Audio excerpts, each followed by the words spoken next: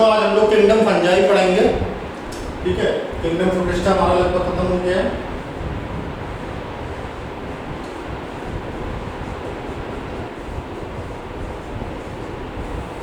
Kingdom fungi के बारे में आज हम लोग पढ़ेंगे। ये वन ऑफ द किंगडम है जो विटेकर के द्वारा 5 किंगडम क्लासिफिकेशन दिया गया था, उसमें ये वन ऑफ द किंगडम है, किंगडम फंजाई। और बहुत सारे इसके बेसिक फीचर्स हैं, 4 प्रकार के टाइप्स हैं।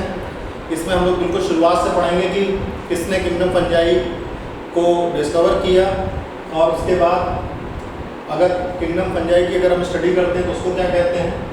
तो सबसे पहले शुरुआत करेंगे स्टडी ऑफ फंजाई से कि फंजाई की स्टडी को हम लोग क्या बोलते हैं। फंजाई की स्टडी को हम लोग कहते हैं माइकोलॉजी। माइकोलॉजी। इसके बाद अगर आपसे कोई पूछे कि फादर ऑफ माइकोलॉजी किसे बोलेंगे, पीए माइशेल। पीए माइशेल को हम फादर ऑफ माइकोलॉजी बोलते हैं। इन्होंने एक किताब भी लिखी थी जिसका नाम था नोवा प्लैनेटेरम जेनरा।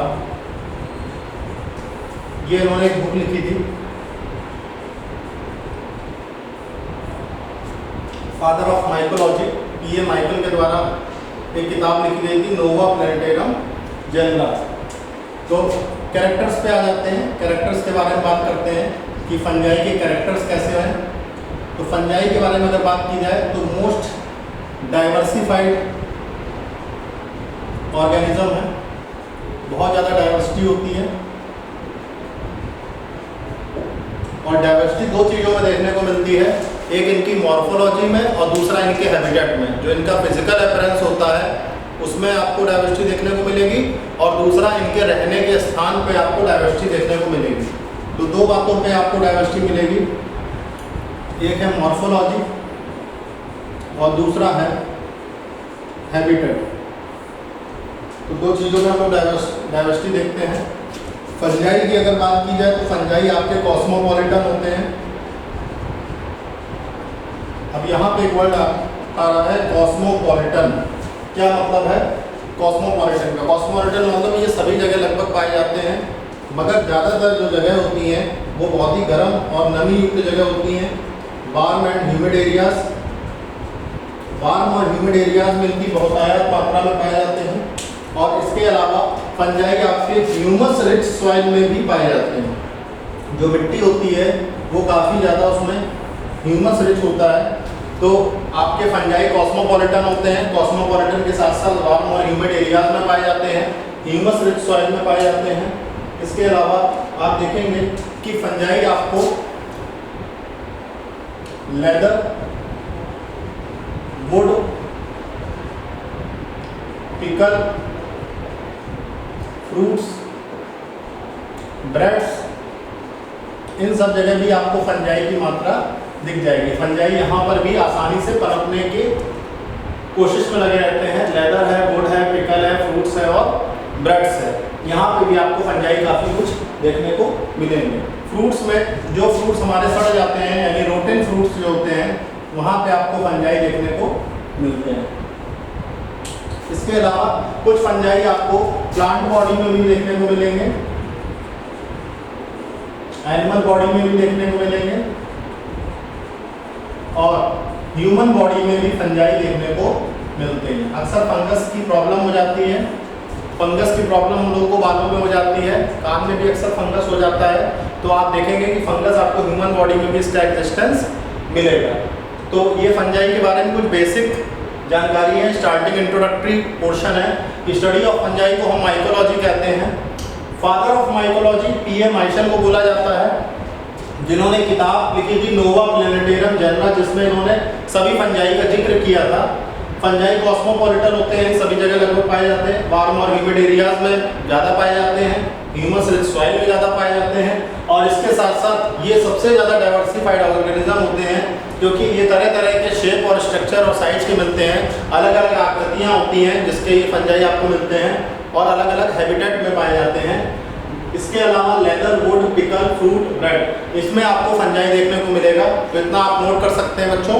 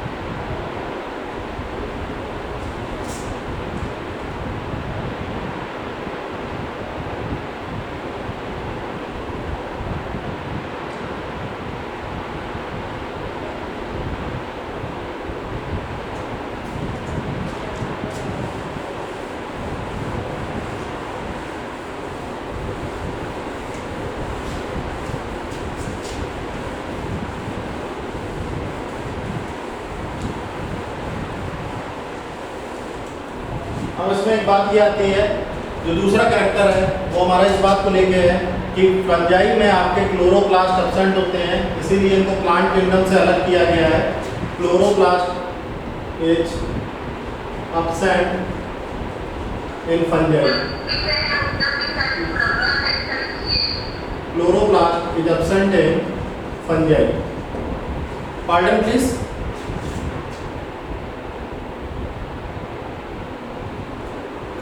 तो क्लोरोप्लास्ट की अगर बात की जाए तो क्लोरोप्लास्ट आपके फंजाई में एब्सेंट होते हैं।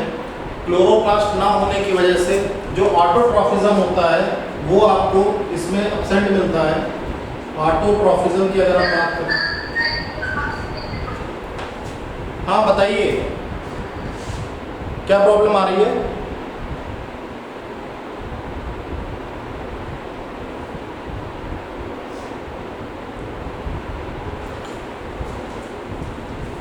क्लोरोप्लास्ट एब्सेंट होने की वजह से ऑटोट्रॉफिज्म का एब्सेंट मिलता है और फंजाई जितने भी होते हैं आपके वो हीट्रोट्रॉफिक होते हैं। हीट्रोट्रॉफिक होने की वजह से फंजाई आपके दो टाइप में डिवाइड हो जाते हैं। पहला है सेप्रोफाइटिक और दूसरा है आपका पैरासिटिक। देखिए अब हम ये समझेंगे कि सेप्रोफाइटिक क्या होता है। जो भी ऑर्गेनिज्म डेड और डिकेइंग ऑर्गेनिक मैटर पे रिलाई करते हैं या फीड करते हैं या अपना न्यूट्रिशन प्राप्त करते हैं उनको हम सेप्रोट्रॉफिक या सेप्रोफिटिक कहते हैं। जो भी आपके ऑर्गेनिज्म लिविंग मैटर पे डिपेंड करते हैं, एक हॉस्ट बॉडी पर रहकर अपने न्यूट्रिशन को फुलफिल करते हैं, अपने न्यूट्रिशन को पूर्ण करते हैं, उसको हम पैरासिटिक कहते हैं। क्योंकि यहाँ पे क्लोरोप्लास्ट नाम का सब्सटेंस नहीं होता है तो ऑटोट्रॉफिक यानी अपना भोजन खुद नहीं बना सकते, फोटोसिंथेसिस की प्रक्रिया यहाँ पर नहीं हो सकती है। तो सेप्रोफिटिक की बात की जाए तो these fungi obtain their food, these fungi obtain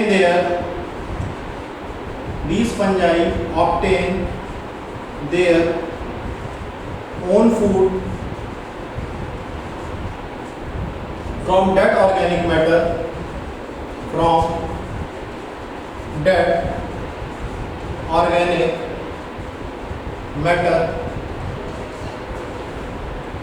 अब ये जो डेड ऑर्गेनिक मैटर होता है इसमें बच्चों आपका ब्रेड भी आ जाता है, रॉटन फ्रूट्स भी आ जाते हैं, एक्सेट्रा। वहीं पे अगर हम बात करते हैं पैरासिटिक फंजाई की तो ये parasitic fungi, these fungi obtain food from living organisms. ये आपके लिविंग ऑर्गेनिज्म से फूड प्राप्त करते हैं। इसके अलावा कुछ फंजाई आपके एल्गे के साथ सिम्बायोटिक एसोसिएशन में भी रहते हैं, इनके साथ एक सिम्बायोटिक एसोसिएशन में बना के रहते हैं। दोनों एक दूसरे की म्यूचुअल अंडरस्टैंडिंग को पूरा करते हैं। और फंजाई और एल्गे की सिम्बायोटिक एसोसिएशन को हम लाइचेंस के नाम से जानते हैं और इनकी स्टडी को हम लाइचेनोलॉजी कहते हैं। स्टडी को हम स्टडी ऑफ लाइचेंस को हम लाइचेनोलॉजी कहते हैं। तो हमने आपको बच्चों ये बताया कि किस प्रकार क्लोरोप्लास्ट एब्सेंट होने की फंजाई में क्लोरोप्लास्ट एब्सेंट होने की वजह से आपका ऑटोट्रॉफिज्म बिल्कुल एब्सेंट होता है। ये अपना भोजन खुद नहीं बना सकते हैं, इसलिए हेटेरोट्रॉपिक नेचर बिहेवियर शो करते हैं। और हेटेरोट्रॉपिज्म की वजह से ये दो प्रकार के हो जाते हैं। पहला है सैप्रोफाइटिक, जिसमें ये अपने फूड को ऑब्टेन करते हैं डेड ऑर्गेनिक मैटर से, जैसे कि ब्रेड, रोटन फ्रूट्स एक्सेट्रा। फिर दूसरा होता है पैरासिटिक, ये फंजाई आपके फूड ऑब्टेन करते हैं लिविंग ऑर्गेनिज्म से, तो इनको हम पैरासाइट्स बोलते हैं। इसके साथ साथ फंजाई आपके एल्गे के साथ एसोसिएशन बनाते हैं, म्यूचुअल रिलेशनशिप बनाते हैं, जिसको हम सिम्बायोटिक एसोसिएशनशिप कहते हैं। और इस सिम्बायोटिक एसोसिएशन का नाम लाइचेंस होता है। ये कॉम्बिनेशन होता है फंजाई और एल्गे का, और स्टडी ऑफ लाइचेंस लाइचेनोलॉजी कहा जाता है। इसके अलावा एक बात ये और आती है कि फंजाई की जो बॉडी होती है, तीसरा जो कैरेक्टर हमारा निकल के आ रहा है कि जो बॉडी ऑफ फंजाई होती है उसको हम माइसीलियम के नाम से जानते हैं। Body of fungi is called mycelium. Body of fungi is called mycelium. Fungi की जो बॉडी होती है उसको हम माइसीलियम के नाम से जानते हैं। और कुछ फंजाई आपके प्लांट की रूट्स में भी पाए जाते हैं, जिसको हम माइकोरिजा के नाम से जानते हैं। Some fungi are also found in some fungi are also found in the roots of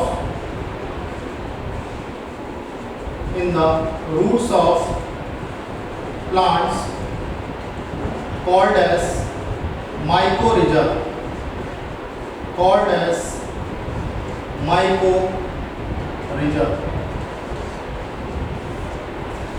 तो कुछ फंजाई जो होते हैं वो प्लांट के रूट्स में पाए जाते हैं, जिसको हम माइकोरिजा के नाम से जानते हैं। आप नोट डाउन कर सकते हैं जितना भी अभी लिख पाया हुआ है।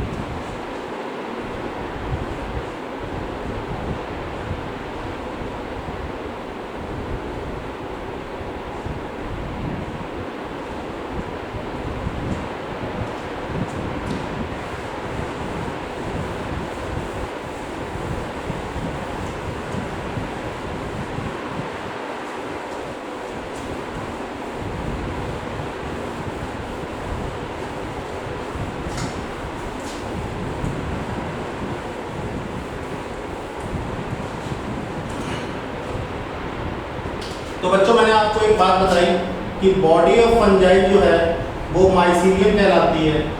Body of fungi is called as mycelium, is called as mycelium. और ये जो माइसीलियम होता है it is composed of small filament like structure. ये स्मॉल फिलामेंट लाइक स्ट्रक्चर का बना होता है, small filaments like structures, small filament like structures का बना होता है, जिसको हम हाइफे के नाम से जानते हैं, जिसको हम हाइफे के नाम से जानते हैं। अगर आप स्ट्रक्चर की बात करें, फंजाई के डायग्राम की बात करें, तो यहाँ पे देखिए हाइफा जो वर्ड है वो प्लूरल में आता है और हाइफे जो वर्ड है वो आपका सिंगुलर में आता है। तो हम देखेंगे कि किसको हम माइसीलियम बोलते हैं और किसको हम हाइफे कहते हैं। तो इसका स्ट्रक्चर कुछ इस प्रकार से बना होता है।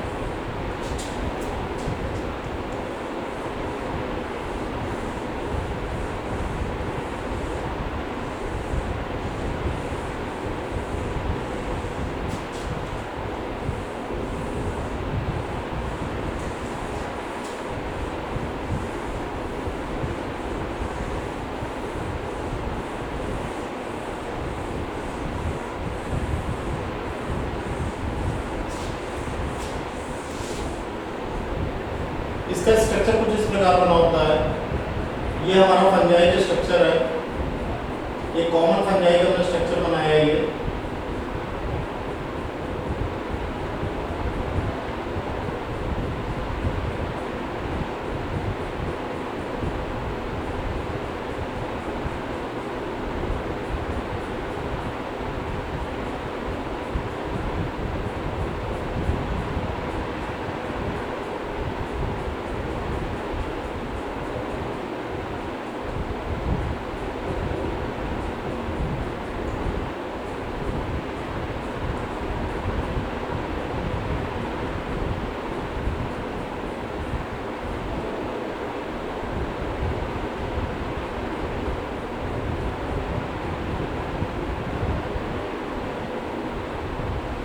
तो इस प्रकार से हमारा ये फंजाई का स्ट्रक्चर होता है। और ये जो स्ट्रक्चर आप देख रहे हैं, ये स्ट्रक्चर इतना आप देख रहे हैं, इसको हम हाइफे के नाम से जानते हैं। ये हमारा हाइफे है और ये पूरा बॉडी ऑफ फंजाई है जिसको हम माइसीलियम के नाम से जानते हैं। बॉडी ऑफ फंजाई है, इसको हम माइसीलियम के नाम से जानते हैं। अगर हम बात करें फंजाई की सेल वॉल की, तो फंजाई की जो सेल वॉल होती है वो नॉन सेलुलोसिक होती है, यानी सेलुलोज की ना बनी होके ये एक अलग ही पदार्थ की बनी होती है और उस पदार्थ का नाम होता है काइटिन। यानी फंजाई जो सेल वॉल है वो आपकी काइटिन नाम के कंपोनेंट से बनी होती है। मगर इसमें एक एक्सेप्शन भी आ जाता है। वो एक्सेप्शन आपको oomaicids नाम की एक क्लास है फंजाई में। एक्चुअली में कई क्लासेस होती हैं फंजाई में, बेसिडियोमाइसिड्स, oomaicids, इस तरीके से आपके कई प्रकार की क्लासेस होती हैं। उसी में से एक oomaicids आपका एग्जाम्पल होता है जिसको हम बोलते हैं क्लास oomaicids। oomaicids की जो सेल वॉल होती है ये एक्सेप्शन है, ये सेलुलोज से बनी हुई है, मगर बाकी जितनी भी आपकी सेल वॉल है वो सब आपकी काइटिन की बनी हुई है।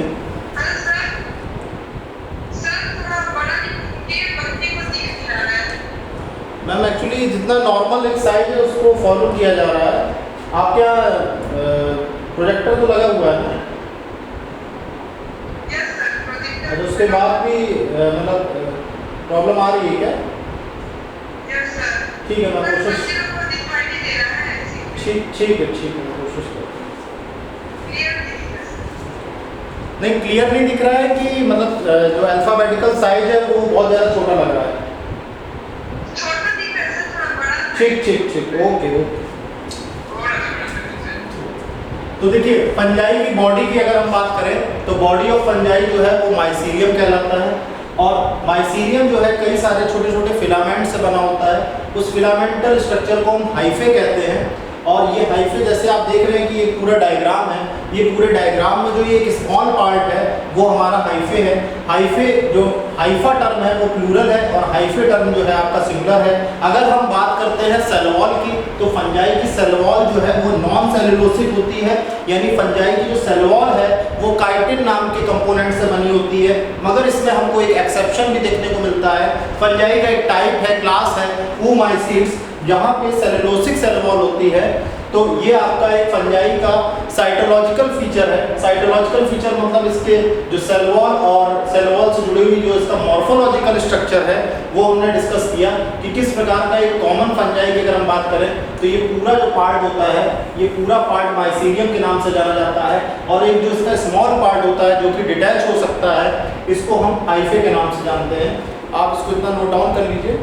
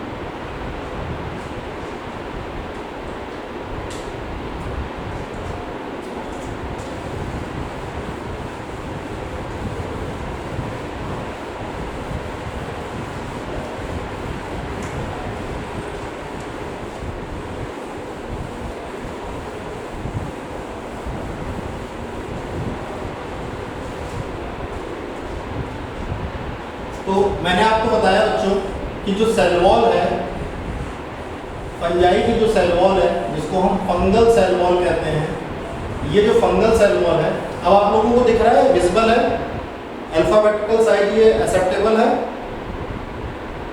Please confirm.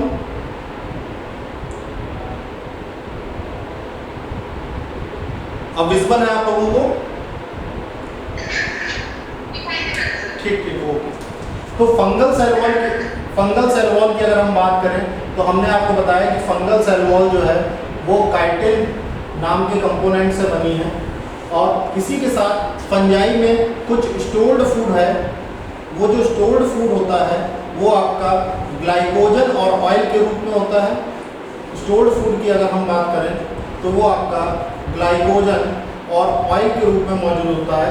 हर फंजाई में एक रिजर्व फूड मटेरियल होता है या स्टोर्ड फूड मटेरियल आप कह सकते हैं, जो कि ग्लाइकोजन और ऑयल होता है। तो जो स्टोर्ड फूड रिमेन्स हैं वो हमारे फंजाई के दो चीज़ें हैं, एक है ग्लाइकोजन।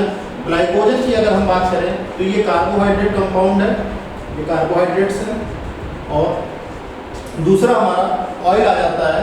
तो ये दो बातें हमको फंजाई में और ऐड कर लेनी चाहिए कि इनका स्टोर्ड फूड रिमेन्स क्या होता है। इसके अलावा फंजाई में दो कॉन्सेप्ट और आते हैं आपका, एक है हीट्रोथैलिज्म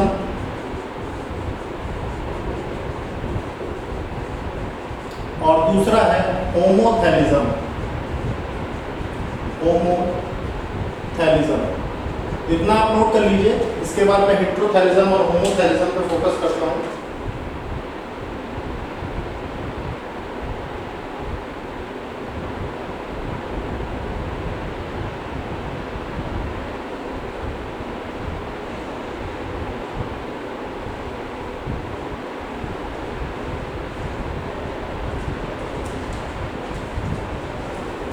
तो हीट्रोथैलिज्म और होमोथैलिज्म को जानने से पहले हम ये जानेंगे कि थैलस किसको बोलते हैं, थैलाई किसको बोलते हैं, हीट्रोथैलिज्म क्या है, होमोथैलिज्म क्या है। तो जो वर्ड एक आता है थैलस, और इसी से एक डिवीजन हुआ है जिसको हम बोलते हैं थैलोफाइटा, इसमें हमारे एल्गे आ जाते हैं। तो थैलस वर्ड का मतलब क्या है, हम यहाँ पे ये समझेंगे कि थैलस किसको बोलते हैं। देखिए, कोई भी प्लांट बॉडी या कोई भी ऑर्गेनिज्म जो कि रूट, स्टेम्स और लीव्स में अच्छे तरीके से डिफरेंशिएटेड नहीं हुआ है, अगर वो डिफरेंशिएटेड नहीं हुआ है तो वो थैलस कहलाता है। तो आप थैलस को आप ये समझ सकते हैं कि ऐसी plant body a plant body which is not differentiated into a plant body which is not differentiated into which is not differentiated into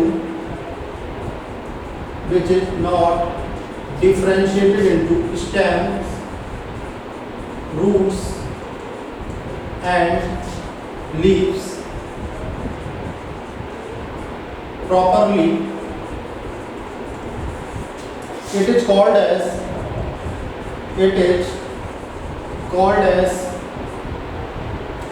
thallus. इसको हम थैलस के नाम से जानते हैं। मगर ये थैलस का शेप है, थैलस की तरीके जो मॉर्फोलॉजी है, जो थैलस का अपीयरेंस है, ये थैलस का अपीयरेंस सिर्फ हमको आपके एल्गे में ही देखने को नहीं मिलता है। थैलस का अपीयरेंस जो है आप कई जगह देखने को मिलता है, जिसमें हमारा फंजाई भी आ जाता है, जिसमें हमारा फंजाई के साथ साथ कुछ लीवर वॉट्स भी आ जाते हैं। तो हम तो फंजाई पढ़ रहे हैं और फंजाई किंगडम प्लांटे से अलग है। तो फंजाई का जो है थैलस अपीयरेंस है। अगर अपीयरेंस की बात की जाए तो फंजाई का जो अपीयरेंस है वो थैलस अपीयरेंस है। तो इस थैलस अपीयरेंस पे हमको दो चीज़ें पढ़ने को मिल रही है, एक हीट्रोथैलिज्म और दूसरा है होमोथैलिज्म। तो हम ये समझेंगे कि हीट्रोथैलिज्म क्या है और होमोथैलिज्म क्या है।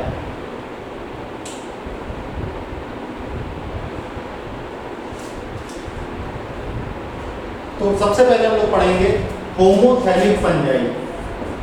सबसे पहले हम लोग पढ़ेंगे होमोथैलिक फंजाई।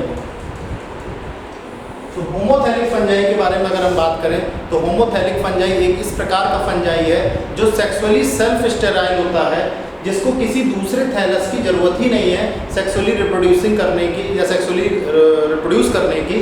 तो जो आपका ऐसा fungi that fungi which is sexually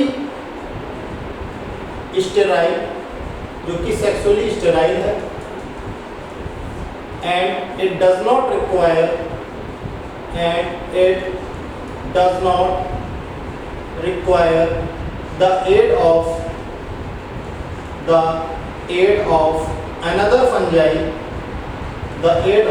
another fungi is called as or is termed as homothallic fungi. उसको हम होमोथैलिक फंजाई कहते हैं, होमोथैलिक फंजाई कहते हैं। अब देखिए होमोथैलिक फंजाई की अगर बात की जाए तो यहाँ पे आपके एल्ब्यूगो कैंडिडा का सबसे अच्छा एग्जाम्पल आता है। होमोथैलिक फंजाई की अगर हम बात करें तो एल्ब्यूगो कैंडिडा नाम का एक फंजाई है जो इसका सबसे अच्छा एग्जाम्पल है। तो होमोथैलिक फंजाई के बारे में हमने आपको बताया कि ऐसा फंजाई जो कि सेक्सुअली स्टेराइल है और उसको किसी भी दूसरे फंजाई की हेल्प की जरूरत नहीं है सेक्सुअल रिप्रोडक्शन प्रोसेस में पार्टिसिपेट करने के लिए। इस प्रकार का फंजाई जहाँ पे एक सिंगल सेक्सुअल रिप्रोडक्टिव पार्ट से ही रिप्रोडक्शन प्रोसीड हो रहा है, तो वहाँ पे होमोथैलिज्म का कॉन्सेप्ट दिखता है या होमोथैलिक फंजाई दिखता है। आप नोट डाउन कर सकते हैं और उसके बाद हम शुरू करते हैं हेट्रोथैलिक फंजाई।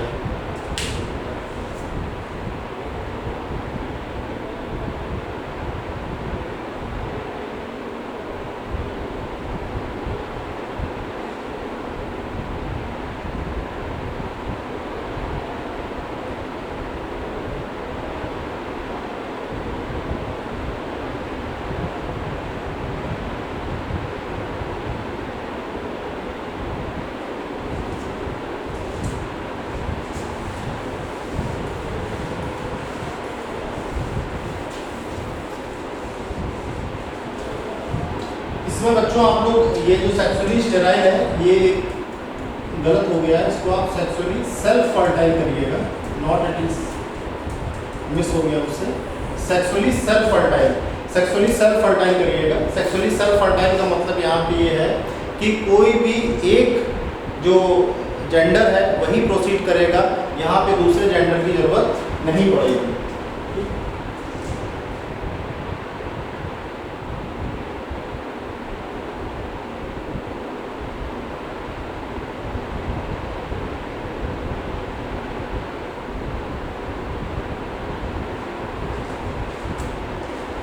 और इसको आप जो है सेक्सुअली सेल्फ फर्टाइल को आप अलग से इसका मीनिंग भी लिख सकते हैं। सेक्सुअली सेल्फ फर्टाइल को आप अलग से मीनिंग लिख सकते हैं। टोटलिटी ऑफ एन इंडिविजुअल,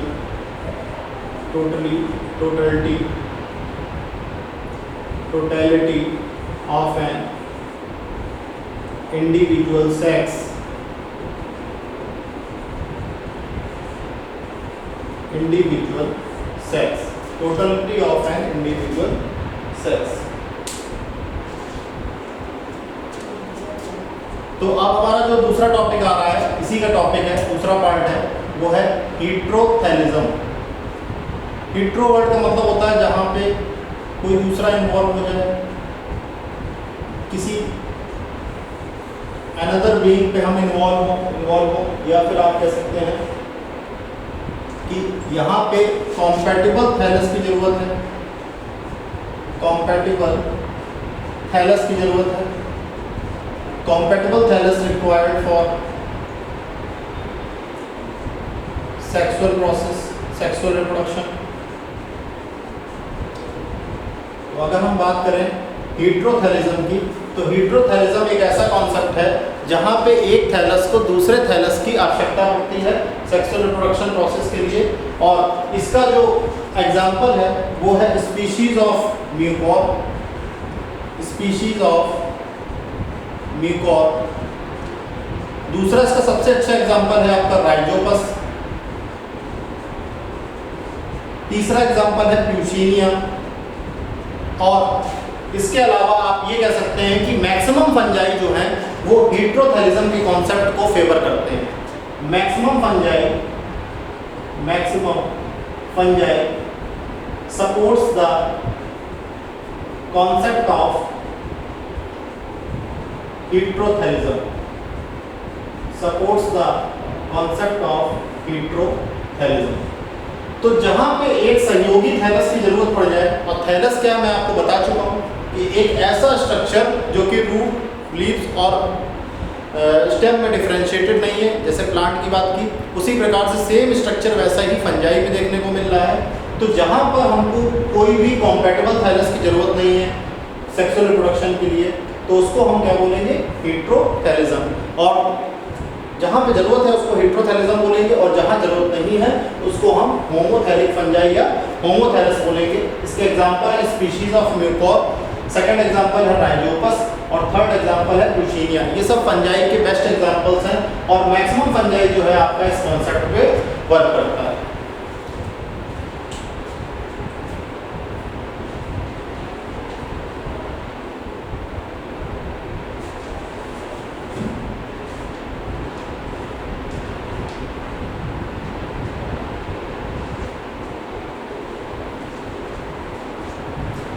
अब हम लोग होमोथैलिज्म और हीट्रोथैलिज्म पढ़ चुके हैं बच्चों। होमोथैलिज्म और हीट्रोथैलिज्म के बाद हम रिप्रोडक्शन के तरीकों पे फोकस करेंगे, किस तरीके से फंजाई रिप्रोड्यूस होता है।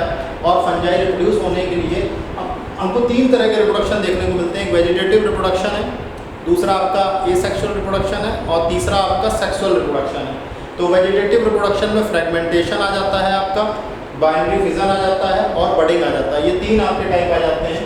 वहीं पर अगर हम बात करें आपका ये सेक्सुअल रिप्रोडक्शन की, तो ये सेक्सुअल रिप्रोडक्शन आपका जूस्पोर्स, कोनिडियोस्पोर्स, एप्लेनोस्पोर्स और स्पोरेंजियोस्पोर्स, ये कई तरह के टाइप्स हैं, और इनके डिफरेंट टाइप्स के डायग्राम्स हैं, जिसमें हम समझेंगे कि किस प्रकार से ये रिप्रोड्यूस करता है फंजाई अपने आप को। इसके अलावा सेक्सुअल रिप्रोडक्शन में हम प्लाज्मोगैमी वगैरह पढ़ेंगे, और किस प्रकार से गैमीट्स की हैप्लॉइड स्टेज और डिप्लॉइड स्टेज हमको देखने को मिलती है, वो भी हम देखेंगे। तो अब हम लोग आगे बढ़ते हैं नेक्स्ट टॉपिक की तरफ, फंजाई में, जो कि सब टॉपिक है फंजाई का, reproduction in fungi.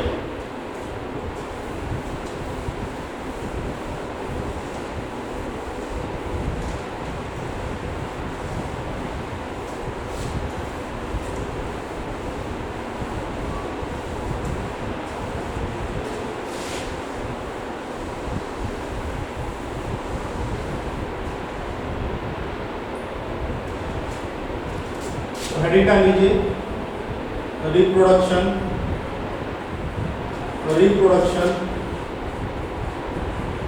In fungi, reproduction in fungi, fungi में रिप्रोडक्शन। तो फंजाई में रिप्रोडक्शन की अगर बात की जाए तो पहला हमारा जो टॉपिक है, सब टॉपिक है, वो है vegetative reproduction. Vegetative reproduction, vegetative reproduction. तो वेजिटेटिव रिप्रोडक्शन में हमारा पहला जो टाइप आ जाता है वो आ जाता है फ्रेगमेंटेशन। पहला जो टाइप आ जाता है वो है फ्रेगमेंटेशन। देखिए, फ्रेगमेंट का मतलब है कि किसी बड़े पार्ट को हम 4 या 5 छोटे पार्ट्स में ब्रेक कर देते हैं। तो जैसे कि हमारा ये फंजाई है,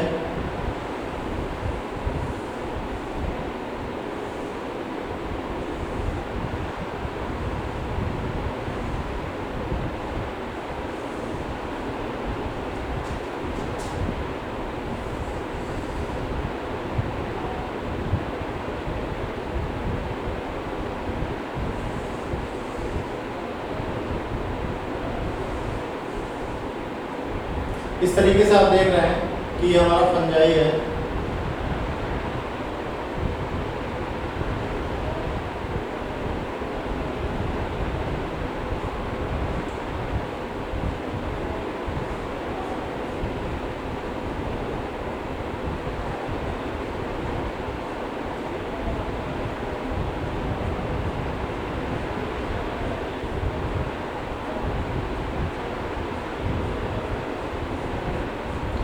अब इस फंजाई को अगर हम किसी भी पार्ट से इसका एक फ्रेगमेंट काट लेते हैं, फंगल फिलामेंट जो होता है, जो इसका फंगल फिलामेंट है,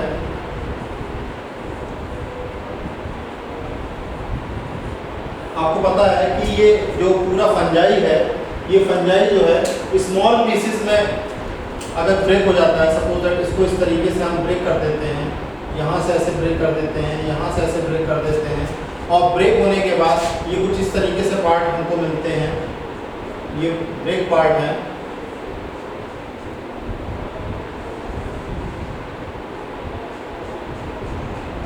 तो ये आप देख रहे हैं कि जो ये पीसेस हैं, ये एक फुल फंजाई था, फुल फंजाई था, और इसके बाद आप देखते हैं कि ये पीसेस ऑफ फंजाई हैं। तो जो ये पीसेस ऑफ फंजाई हैं, ये अपने आप में फिर से न्यू इंडिविजुअल में डेवलप कर जाएंगे। तो अगर हम देखें तो ये न्यू इंडिविजुअल में डेवलप हो जाएंगे, और इस प्रकार से नए फंजाई का डेवलपमेंट होगा। नए फंजाई अपने आप में रिप्रोड्यूस कर जाएंगे, थोड़ी सी उनकी जो क्वांटिटी है वो बढ़ जाएगी, या नंबर ऑफ फंजाई जो है वो बढ़ जाएंगे। तो ये बिल्कुल एक नॉर्मल फिलामेंट की तरीके वर्क करने लगेंगे। इसके बाद सेकंड जो पार्ट आता है हमारा, सेकंड टाइप है इसमें, वो है बडिंग। बडिंग का मतलब ये है कि जो एक पेरेंट बॉडी है, सपोज दैट इस तरीके से एक पेरेंट बॉडी है फंजाई की, फंजाई एक पेरेंट बॉडी है, इसमें ये अंदर इंटरनल स्ट्रक्चर है, और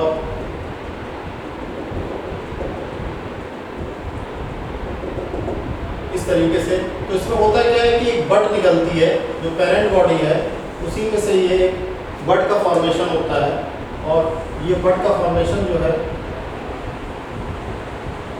धीरे धीरे ये बड आप देखेंगे कि धीरे धीरे ये बड जो है वो बड़ी होने लगती है।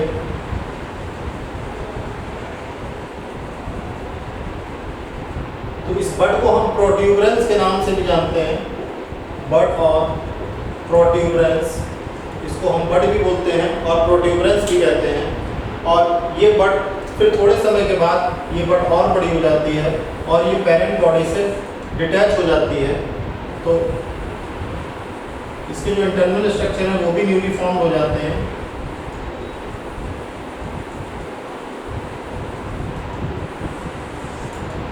तो ये बडिंग है, जिसमें आप देखते हैं कि एक पेरेंट सेल जो है उसमें से बड निकलता है, और बड निकलने के बाद वो जो बड है वो डॉटर इंडिविजुअल में फॉर्म हो जाता है।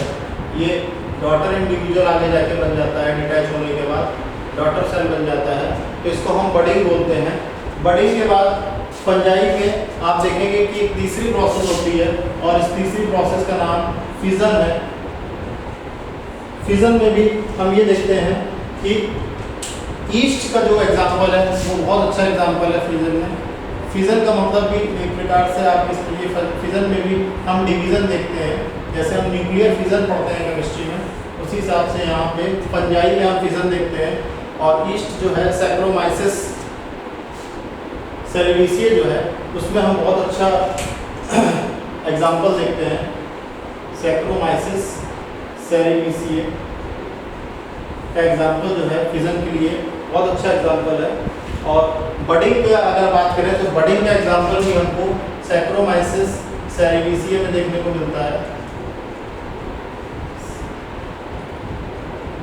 जो कि ईस्ट होता है। ईस्ट को हिंदी में जो है अमीर बोलते हैं। तो फ्रेगमेंटेशन, बडिंग और फिजन, ये तीन मेथड है जो कि वेजिटेटिव रिप्रोडक्शन में मोस्ट पॉपुलर मेथड है। इसके माध्यम से हम फंजाई में रिप्रोडक्शन कराते हैं। अब इसको आप नोट डाउन कर सकते हैं, डायग्राम बना सकते हैं।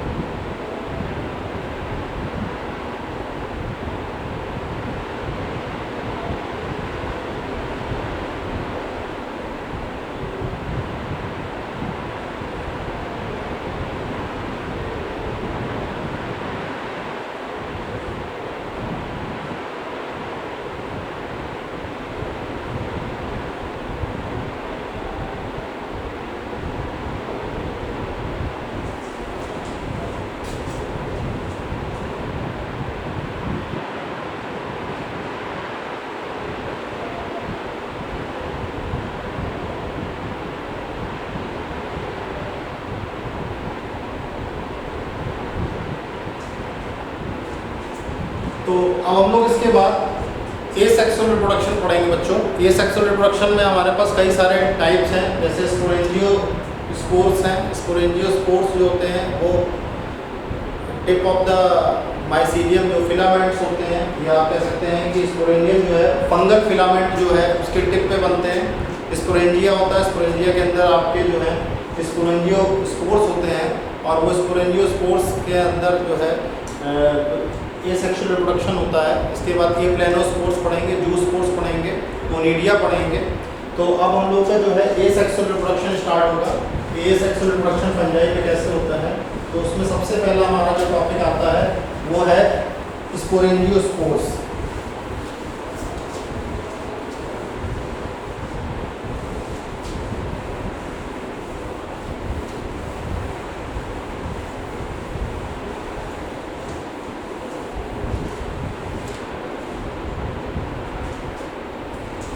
सेकेंड है हमारा asexual reproduction. Asexual reproduction, asexual reproduction. तो एसेक्सुअल रिप्रोडक्शन की अगर हम बात करें तो एसेक्सुअल रिप्रोडक्शन में हमारा पहला टॉपिक है वो है स्पोरेंजियोस्पोर्स। स्पोरेंजियोस्पोर्स की हम साइकिल देख लेते हैं। जिससे हमको पूरी थ्योरी समझ में आ जाएगी कि स्पोरेंजियोस्पोर्स किस तरीके से वर्क करता है। एक्चुअली में स्पोरेंजियोस्पोर्स की अगर हम बात की जाए तो स्पोरेंजिया के अंदर पाया जाने वाला एक स्पोर है और ये स्पोर आपका फंगल फिलामेंट के टिप पर ग्रो करता है। तो माइसीलियम जो है हमारा बॉडी ऑफ फंजाई को हम माइसीलियम कहते हैं। तो माइसीलियम पे हमारे अगर आप देखेंगे तो वहाँ पे स्पोरेंजिया या स्पोरेंजियम डेवलप होते हैं। स्पोरेंजिया प्लूरल टर्म है, तो स्पोरेंजिया डेवलप होता है और इसी स्पोरेंजिया पे हम देखते हैं कि यहाँ पे स्पोरेंजियोस्पोर्स होते हैं डेवलप। स्पोरेंजियोस्पोर्स का डेवलपमेंट होता है और यही स्पोरेंजियोस्पोर्स आपके आगे जाके फिर से माइसीलियम बना देते हैं। तो ये पूरा एक स्ट्रक्चर होता है। तो ये जो माइसीलियम बनने का जो तरीका है, माइसीलियम बनने की जो प्रोसेस है वो जर्मिनेशन मेथड से माइसीलियम बनता है। स्पोरेंजियोस्पोर्स जर्मिनेट होते हैं और बाद में ये माइसीलियम फिर से बना देते हैं। तो ये आपका एसेक्सुअल मेथड है। तो स्पोरेंजियोस्पोर्स में आप देख सकते हैं दे आर फॉर्म्ड इन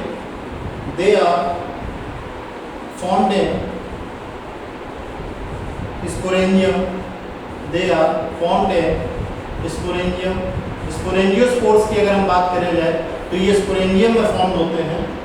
और स्पोरेंजियम की अगर हम बात करें तो sporangium are formed at the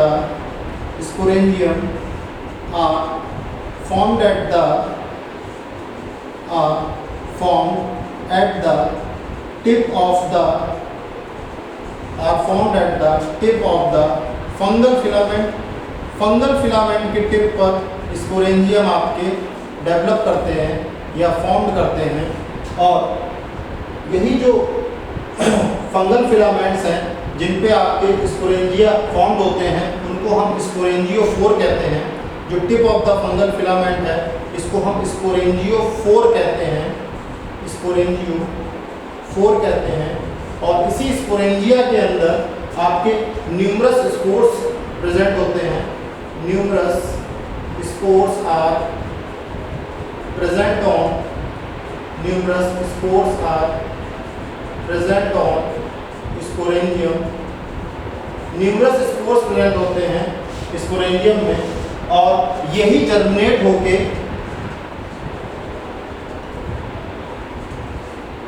fungal mycelium बना देते हैं। तो इस हिसाब से आप देख रहे हैं कि किस प्रकार माइसीलियम के या फंगल माइसीलियम के टिप पे स्पोरेंजिया डेवलप हो रहा है और वही स्पोरेंजिया जो डेवलप हो रहा है वो स्पोरेंजियोफोर नाम के स्ट्रक्चर पर डेवलप हो रहा है, जिसके अंदर बहुत सारे स्पोर्स भरे हुए हैं और वो सारे स्पोर्स आपके फर्दर जर्मिनेट होकर आपका माइसीलियम बना देते हैं और ये साइकिल इस प्रकार से कंटिन्यू चलती रहती है। मगर इसमें से सबसे इम्पॉर्टेंट बात जानने वाली है कि ये पूरी प्रोसेस एंडोजीनियस मैनर में होती है, यानी ये विद इन द स्ट्रक्चर होती है, ये कहीं भी एक्सोजीनियस नहीं होती है। तो ये आपका एंडोजीनियसली ये पूरी तरीके से प्रोसेस होती है, एंडोजीनियसली प्रोसेस होती है।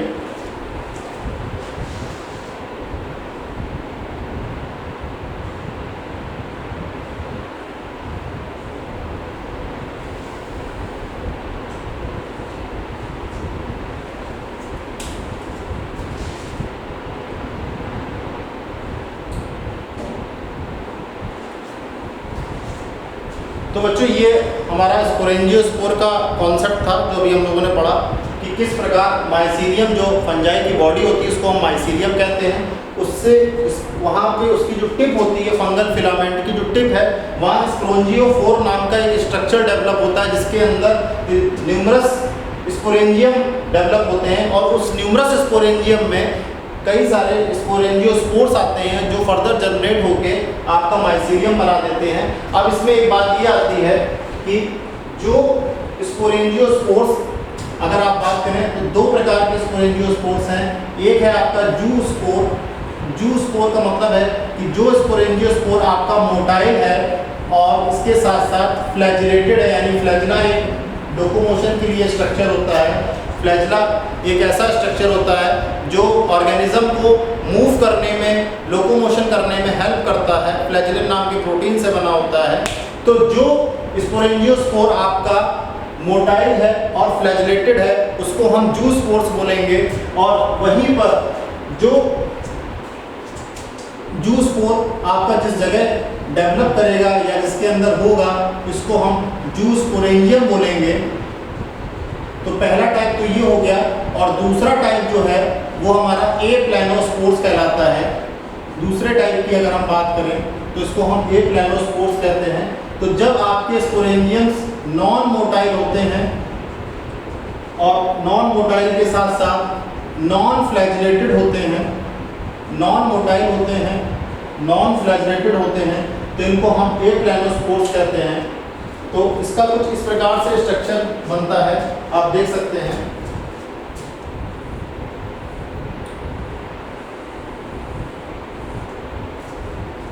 ये दोनों पहले आप नोट कर लीजिए।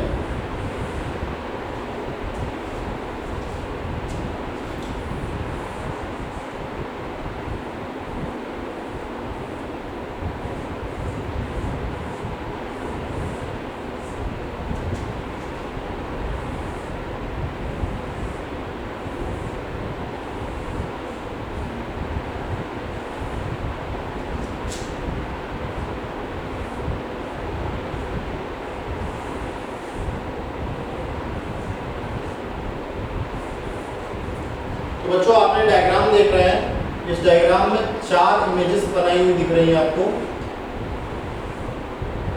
अब इन चारों इमेजेस के बारे में बताएंगे, पहले आप इसका नोट कर लीजिए।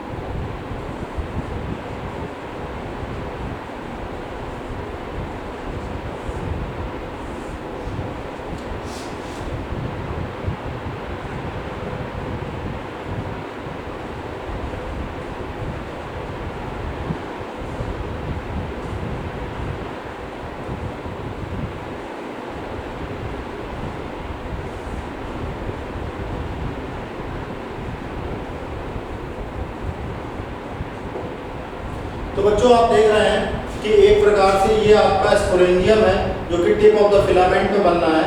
यहाँ से स्पोर्स आपके धीरे धीरे करके बर्स्ट होने के बाद निकल के आते हैं। ये आपके स्पोरेंजियोस्पोर्स हैं जिनको आप देख रहे हैं, जो ये स्फेरिकल स्मॉल स्फेरिकल बॉडीज हैं, इनको आप स्पोरेंजियोस्पोर्स कह रहे हैं। और यही स्पोरेंजियोस्पोर्स आपके यहाँ पे जर्मिनेट होते हैं जो कि माइसीलियम बनाते हैं, जिसको हम फंगल बॉडी बोलते हैं। और ये फंगल बॉडी आगे जाके एक फुल फ्लैज स्पोरेंजियम का स्ट्रक्चर बनाती है, जिससे ये जुड़ी होती है, उसको हम स्पोरेंजियोफोर कहते हैं।